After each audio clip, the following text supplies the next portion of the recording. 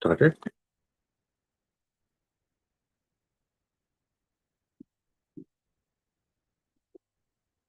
Yeah. All right. Thank you very much. So, happy July 4th, everyone. Today, we will talk about PSSM and the 13 guiding principles that Patriji has given to every pyramid master. So, we all talk about so much of spirituality and so much of guidance, but there are basic principles that we have to follow for us to be a pyramid master. So, Patriji, we all know about 18 guiding principles, Swajaya, doing meditation, having righteous living, making sure things are coming, working in a spiritual order. How do you spiritually kind of motivate yourself to do certain aspects of things, how to do in the righteous living and all that, right? The 18 guiding principles. But there are individual personalized principles that Patriji also gave, which will help us to be a master.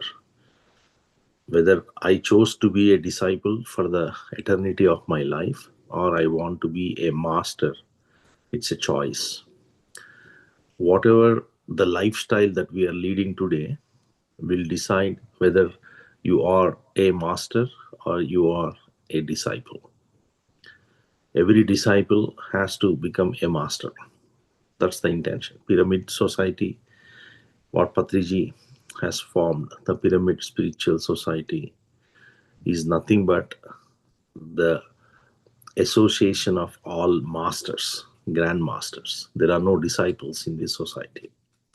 The intention behind that, how Patriji kind of put the society, is to make sure that everybody has their own growth and their own development while taking care of everyone else as well. While looking for others, while looking for your own kin and kith, your family and all that, you're also taking care of your own personal spiritual growth. So for that, there are few things that Patriji said. It is very clear that those who are joining are part of the PSSM, Pyramid Spiritual Societies movement. The intention is not for them to be a disciple. The intention and the goal is for them to be a master. There is a phenomenal difference being a disciple and being a master. Even in the material world, we see that today there is a lot of difference between what a teacher does and what a student does. Teacher is always a teacher, right? The master. Similarly, in the spiritual world, you also have master and disciple concept. So, in that context, is where Patriji said, for you to be a pyramid master, here are the personal principles that you have to follow. When you follow these 13 principles, you are called pyramid master. So there are two things, there is a bit of a confusion also. Those who are part of PSSM society, you are called pyramid master. But a true pyramid master is the one who follows these 13 guiding principles. So these are the 18 guiding principles that we know about, what we talk about, what is pyramid spiritual society is all about. And when you are part of this society, what you are supposed to do, that is all guiding principles. But the 13 personal principles are not more like guidance, they are like mandatory, because society only has masters. And if you have joined the society or if you are part of the society, then you are supposed to be a master. How do you qualify yourself as a master? By following these 13 principles. So, as much as we all understand that life is all about, this and that, and there is a greater reason why I'm here. There is a purpose and all of that. For me to get to where I need to get to, for me to know where I have to go, for me to know how to lead my life, these principles are a must. That's why Patriji gives on the side. Only when you follow these 13 principles, you are called a pyramid master. Otherwise, you are just a member. The true pyramid master has these 13 qualities. The first one, let's go into the first one. Pyramid master should always say yes, yes, and yes. The intention behind this first one is when there is work, whether you are a participant, whether you are running a program or an event, whether you are running a session or you are part of a greater event organization committee, never say no to anything. Everything is seva. Everything what you do, right, is seva. So never speak in a negative tone. Never say no for things like, hey, somebody comes to you in a society and says, hey, can you help me out? Don't say no. As much as possible, for most of it, say yes. Even though you may not know it, you have never done it, you are new to this, but always say yes, yes, yes. The reason behind it is come out of your comfort zone. You cannot be a master when you are sitting in your own box. You have to be outside the box for you to call yourself a master. A master will never have conditions. A master will never have limitations. If you are a true master, you are beyond the state of your normal day-to-day environments, right?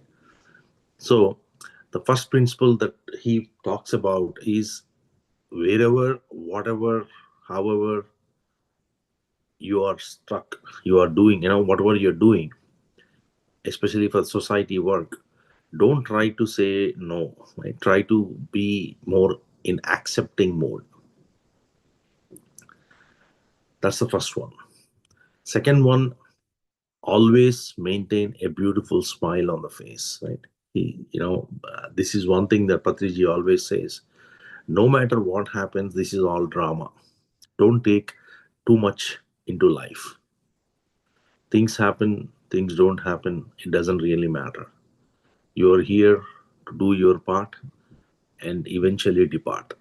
So don't take things too seriously that I have to do things the way it has to be, it has to be this way, the right way, and the perfection, perfection is the biggest illusion. So always maintain a beautiful smile, such way that your inner peace, smile can only come to you when you have joy, right? Life is all about joy, not about suffering. So always have that smile. Why would a master not smile, right? So the third thing, which is the most important one, is do not try to recognize yourself all the time, right? The work has to be done by the individual master, but the credit should be given to everyone else. That's a very, very important principle. When you are recognizing yourselves, when you are appreciating yourself, you are raising your factor of ego. With ego, you won't be able to go so far. You can never be a master. A master has no ego, zero ego, right? So Patriji put this out there to make sure that when you are a true pyramid master, you have to give credit to others.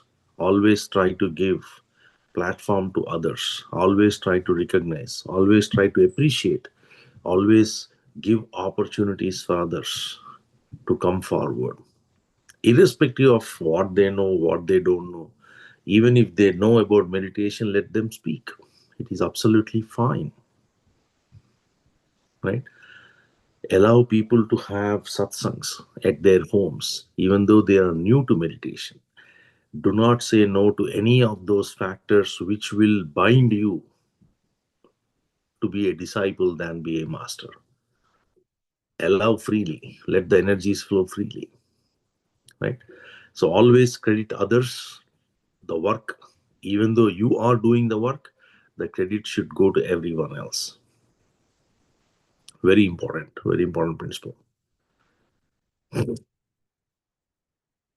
And the fourth one, which is also connected to this one, is when you are as a senior pyramid master, if you have been in the society for some time, while you are working on your own evolution, we must learn to respect and treat other pyramid masters, especially the beginners, with equality. Equality is one thing Patriji always he actually follows that principle of equality, irrespective of who you are, what you are, where you are. He doesn't look at any of that. And for us to be a master, we have to have that basic principle in our DNA. Right? So remember to not just allow it to happen, but give the equal amount of respect, even if he's new to pyramid society, even he's a beginner in meditation, because every soul is unique, every soul is divine. So there is no point in trying to, create a conflict there. Every member, the fifth one is every member in the society is unique, right? Always create that group consciousness. Patriji talks about group meditations, group congregations, satsangs. He always recommends to do some of these things so that you are not individually carrying the consciousness. You are in as a group. You are evolving, right? This is also an important this thing, because when you are with the group, the energies exponentially add, right? The magnitude of energies that you create when you are in a group is much higher than you are doing it on your own. So always try to bring that in a way that you are working as a group, not as individual. Create WhatsApp groups, create Zoom groups, create sessions in Zoom, have those satsangs happen, go monthly, weekly, bi-weekly, whatever may be those cycles that you are running. Always try to develop the wholesome of group consciousness. It's a very important one, right? So that there is no individuality, there is no development of ego. Instead, you're developing the consciousness together, right? The sixth one, which is important for us to be masters, is cleanliness is next to godliness. This is one thing.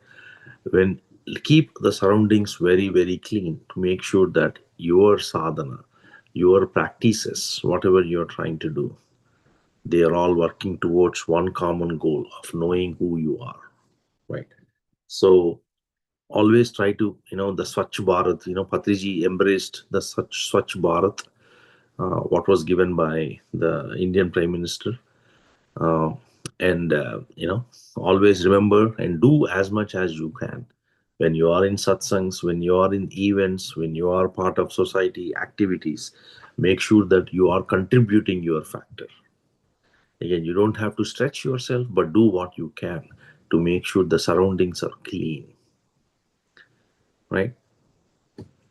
The seventh one, the personal side of it.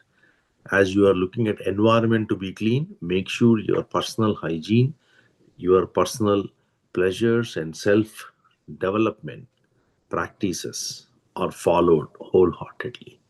Whatever may be those 4 or 5 things that you are doing for your spiritual growth and practices, please make sure that you are following it wholeheartedly.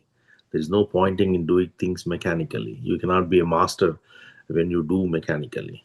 You are only called master when you have mastered it. Right? So any practice that you have inculcated in your daily habituated life, Make sure that you have mastered it. Eighth one, physical needs, right? As you start to get more spiritual, the daily physical needs like eating, sleeping, chatting, chit chatting, a lot of those emotional baggages, whatever you carry, everything has to come down, right?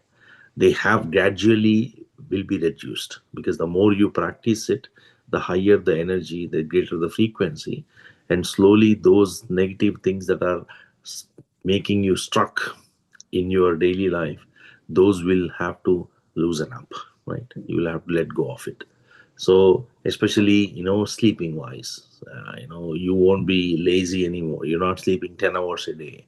You're sleeping only 6 hours or 5 hours or 4 hours, whatever, depending upon your practice. Eating too much of food, right? So you bring that practice into your life where you are very conscious of what you're eating, what type of food you're eating, where you are eating, when you are eating. A lot of those things also play in it. Those requirements will gradually come down as you are more, serious and sincere in your spiritual practices. Again, as a master, we need to have all these things. It's not like I have this, I don't have this, then we are not pyramid masters, right? So all 13 are must and mandatory. And then the ninth one, which is also a very good one, Patriji talks about the concept of, if there is nothing like small or big, everything that you are doing, even the smallest of the smallest thing or the biggest of the biggest thing, it's a work, it's a unit of work, right? So, I'm not gonna take away trash when I'm doing some work. I'm not gonna serve. I'm not gonna do this. I'm not gonna it we should not have any of those things, none of those barriers, because all those barriers are restricting you to become, are limiting you to become that master, pyramid master. So if you are a pyramid master, then you should be ready to do even smallest of the smallest work or biggest of the biggest work. We have to learn to work, because that work is a natural way of letting it out, right? Who you are. You are working for your own self. When you know the self, there is nothing like I am working for someone else. You are working for your own self, because you're not expecting anything out of the spiritual work or satsang or whatever you're trying to do. So this is also another important aspect that Patriji talks about, that don't get boiled out to say that, okay, I am organizer, I'm only going to do this, or I am a senior pyramid master, I'm only scheduled for ABC, I'm not going to do other stuff and all that. Irrespective of what may be the seva work that comes your way, small or big, just take that. It may not be appropriate, but figure it out, outside the box thinking, and learn to work hard. There is nothing like, hey, today I have worked on this particular one, next 1 month I'm going to rest. There is nothing like resting. I need a break. These are all the things that people talk about because they don't understand what it takes to be a master. When you are a master, your only duty is to serve the self. The self is universal. So serving universe, if you're saying that I want to take a break, then you are saying that I don't want to be self for X number of days or X number of months or whatever you're calling it out. How can that be a mastery? Right? We have to make sure that whatever we are learning, whatever we are doing consistently and sincerely and seriously, all the time, not expecting any outcome, not looking for any specific recognition, and absolutely, absolutely no small or big. Do whatever it comes our way. Right. On the same lines, the 10th one, which is also one of the important points, is planning. Right. We are so keen in planning things for next 3 months, next 6 months, next 9 months, next 1 year. If you look at the enlightened souls, they don't plan things. They just happen. They live in the moment all the time. Right? The scriptures are talking about it. The grand masters are telling us that you always have to live in the moment. It is only the energies flow only in the moment. But instead, what we do is we run around. Right? So if you are a pyramid master, a true pyramid master, then you don't plan for too much. Patriji typically plans for next 24 hours, right? So always there should be very clear plan about what you are doing in the immediate future. Next 24 hours, here are the 10 things that I am doing. Here are the 2 things that I am working on for next 28 to 48 hours, Beyond that, don't plan too many things. You may have a date, you may have an event, you may have an activity, you are doing some kind of spiritual work. Don't go too deep into the planning part of it, because if you plan too much, if things won't fall in line, then you know that it's not going to work. Always align to the present energies, right? Distant future, looking and trying to schedule something is fine, but don't spend too much time. Don't get stuck in the distant future things. Okay. In the immediate future, absolutely have a clear chart out plan. Immediate future, next 24 hours or so. So that's another beautiful one. Now again, right, reminding ourselves that these are the principles that are mandatory for a true pyramid master. So if I call myself a true pyramid master, then I need to be following all these things. Not like, I have 6 of these, I have 5 of these. No, if you have 6 of these or 5 of these or 10 of these, you are not a true pyramid master. Right? On the 10th one, you also have we are stuck in the past or we are stuck in the future. We always talk about past, what has happened, right? Never talk too much about what happened in the past. Never talk too much about what is going to happen in the future. Try to be in the present. The teachings are very simple. These are not too much of it's not like I cannot follow this, right? These are very, very simple, very fundamental, ground to earth, right? It's like grounding principles. If I am talking too much about the past, then I am stuck in the past. If I am talking too much about the future, then I am stuck planning things around. Then there is no living for me, because the living is happening only in the present. That's why plan things around, but for immediate future. Stop worrying or talking too much about your past or future, distant future. The 11th one, which is spend time, right? Activities are very important, whether you are doing meditation or you are part of the self-knowledge gatherings or satsangs, or any kind of gaming activities or sports activities, any of those things, please continue to do that. The material life is also equally important for the spiritual growth. You have to balance while maintaining your material life harmonious. Your growth in spirituality has to be developed. So never compromise that, hey, I'm gonna do this, but I got to let go 10 things in my material life. If you keep excusing yourself, whether it is whatever maybe that you like arts wise, painting, or you're a dancer, or you're a musician, or your instruments, whatever may be your interest, pursue that interest. Keep that sports, anything that you're playing, continue to do that. Spend time, have that joy coming out of those things while you are managing. your meditation, while you are able to spend time in your spiritual seeking via reading books or meeting masters, etc. Keep always continuous, as much as you embrace the meditation aspect of it and your knowledge aspect of it, you also need to have your material side things balanced. Then only you are a master.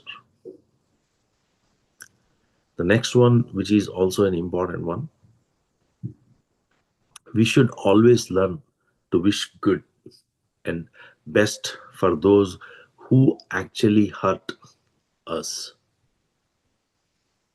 This is a very, very, uh, a different kind of, again, for us to be a master, we need to have this.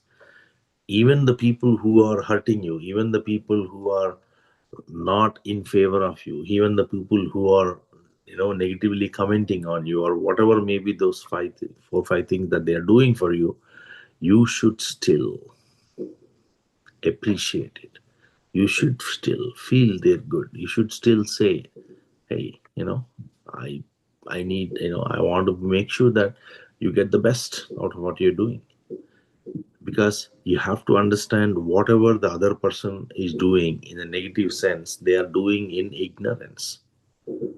They are not, they don't have the knowledge nor the energies to be able to bring that change or shift in their lives. That's the reason they are in the lower vibrations. When you are in the lower vibrations, your thought process is comparison. Your thought process is, hey, I'm better than you. All those things will come. So, as a pyramid master, as a true master, when you are looking in the divine oneness, when you are part of the divine oneness mission, you're not looking to differentiate between anyone. Even the person who is cursing you, even the person who is scolding or yelling or screaming or not happy with you, you will still have same kind of feelings for them, irrespective of it.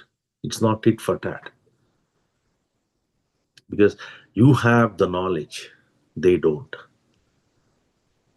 The person who is behaving, outwardly, not in the rightful spirit with you, you should know that it is because of that ignorance that he is behaving that way. It's not other way around. He's not creating that. He's just doing it out of ignorance. Having that greater understanding and you letting it go is the greatest gift as a master. Right? Now the other one, which is the last one, lots of appreciation to one's own self. You should also appreciate, learn to give lot of self appreciation. You cannot ignore yourself and start appreciating everything around you, and you feel guilty all the time, you feel sad, you feel like, that is not mastery. If you are a true pyramid master, as much as you embrace the surroundings, you also embrace yourself. Self appreciation for one's own self. You should appreciate whatever you're doing, however you're tracking things, in your life. You have done a beautiful work, appreciate. Just feel happy, be joyful. So, you know, when we follow these things, these 13 principles, especially the last ones, just making sure that every principle is understood better, and you are brought that into your life and you are living that life, then you are a pyramid master, a true pyramid master. It is not because somebody is calling him pyramid master or somebody is saying that, hey, you are this, you are that, and all. That is not the recognition. The recognition for you to be a master, when you say that I am following these 13 personal principles, mandatory principles. Not following is not an option. So when we try to bring these 13 principles alongside with the 18 guiding principles, because 18 guiding principles, you may have like not all of them you're following. You may be following 4 of them or 5 of them, or 10 of them or 15 of them. We should follow all 18 guiding principles, but for some reason you have one or two, you're not doing it, but the rest of them you're doing it. So you're still developing into that lifestyle or to that state of spirituality in your own state, in your own way. But these 13 principles you have to have. So always try to bring them when you are talking. Always remind yourself. The reason why we are talking today about these 13 principles is it's good to remind yourself once in a while as to how you are doing things, how you are tracking things. And the other important aspect to this is you cannot call yourself a master without being in these, without mastering these principles. It's not like, I'm okay, I'm a pyramid master, but I have never heard about it. It doesn't. If you call yourself a master, then you're already following these 13 principles, whether knowingly or unknowingly. So as you start to understand more depth, as you start to say how I have to lead my life, how I have to look at problems, or how I have to look at my life, how this whole formation universe, what is my purpose, everything is included in these 13 principles. That's why that's why you will be called a master after following these 13 principles. There's nothing like, after you follow it, you bring it into your life, you track it for next 3 months, 6 months, then you slowly will get nothing like that. The moment you start to bring these 13 into your life, then you are a true pyramid master. That's it. You are living for divine oneness, only for enlightenment. The goal of all of these is enlightenment. So, unlike other teachings, Patriji's teaching is very profound. He will let you go and seek knowledge from other masters. Right? He'll tell you, go read those books and get knowledge from every master. Everybody has got a unique perspective. Go hear them out. But at the end, have your own perspective. How you look at your own thing. What is your version of that perspective? He always, talks about it. A lot of us go and read books and then we talk about, last week I was talking about Nisargadatta Maharaj. Before that, Bhagavan. Then we spoke about a lot of other great masters, right? But when you really look at it, whatever may be those versions that each of those masters have experienced in their own lives, what is your own version of that? Have you experienced truth as it stands? Why am I suffering see, all root causes, right, for suffering is thoughts, right? How your intentions are formed. The root cause of suffering is your intentions. No matter what we are expecting, you are creating an intention and you are expecting something out of it. That is the root cause of all miseries. Even Buddha said that. Trishna. So I cannot let go of that without having some kind of spiritual practices inculcated in my daily life that will help me to navigate those things. It is still not like, even if you may be a pyramid master, but you may still have some intentions to do certain things which are not spiritual. They may be material. It's quite possible. So as we start to embrace these things, right, slowly there is a shift that happens within us. And that shift is what is most important. If I'm not able to capture, get into that shift, then I'm missing something here. So, not hurting someone, not judging others, non-interference, stop complaining, start living. A lot of these things have to be practiced. So when you practice some of these things, we will automatically become pyramid masters. When you are a pyramid master, you are a master. You are a true master. You are a living example as a master. So that others can start to learn from you, see you. So that's Patriji's intention when he looked at and said, okay, as much as I gave that 18 guiding principles for society, we got to make sure that the pyramid masters should also have certain qualities, right? Otherwise, you're not a pyramid master. So try to I've actually listened this multiple times, and I've read about it multiple times until I kind of bring it into my own life, whether I am following these principles or not, how these principles are affecting the way I'm looking at things and all that, right? So that's why it is very, very important as we navigate in our own spiritual journeys. Start bringing some of these things, start living more like, I have all these things, right? If you have not heard about it, then this is an opportunity, for you to be a true pyramid master. So with that, it's a short session today, but any questions?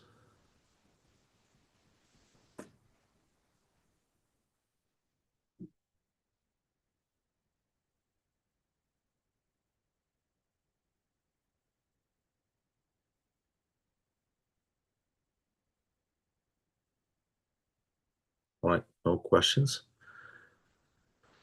Then once again, we will talk about Patriji's teachings maybe in the next class or subsequent ones. We'll go a little deeper, and then we can connect some of these principles when we talk and compare against that to see how Patriji's brought some of these things together and why these are important, that each of us have to bring it into our lives for us to be. Why I need to be called pyramid master, right? What happens when the shift happens? So we'll talk more. All right. So if no further questions, then we'll call it a. We can probably end the session now, and then we'll see you all next week. Thank you, Anil-san. Thank you, madam. Thank you very much. Have a wonderful evening. Take care. Bye-bye. You. Good night. Good morning, India. Good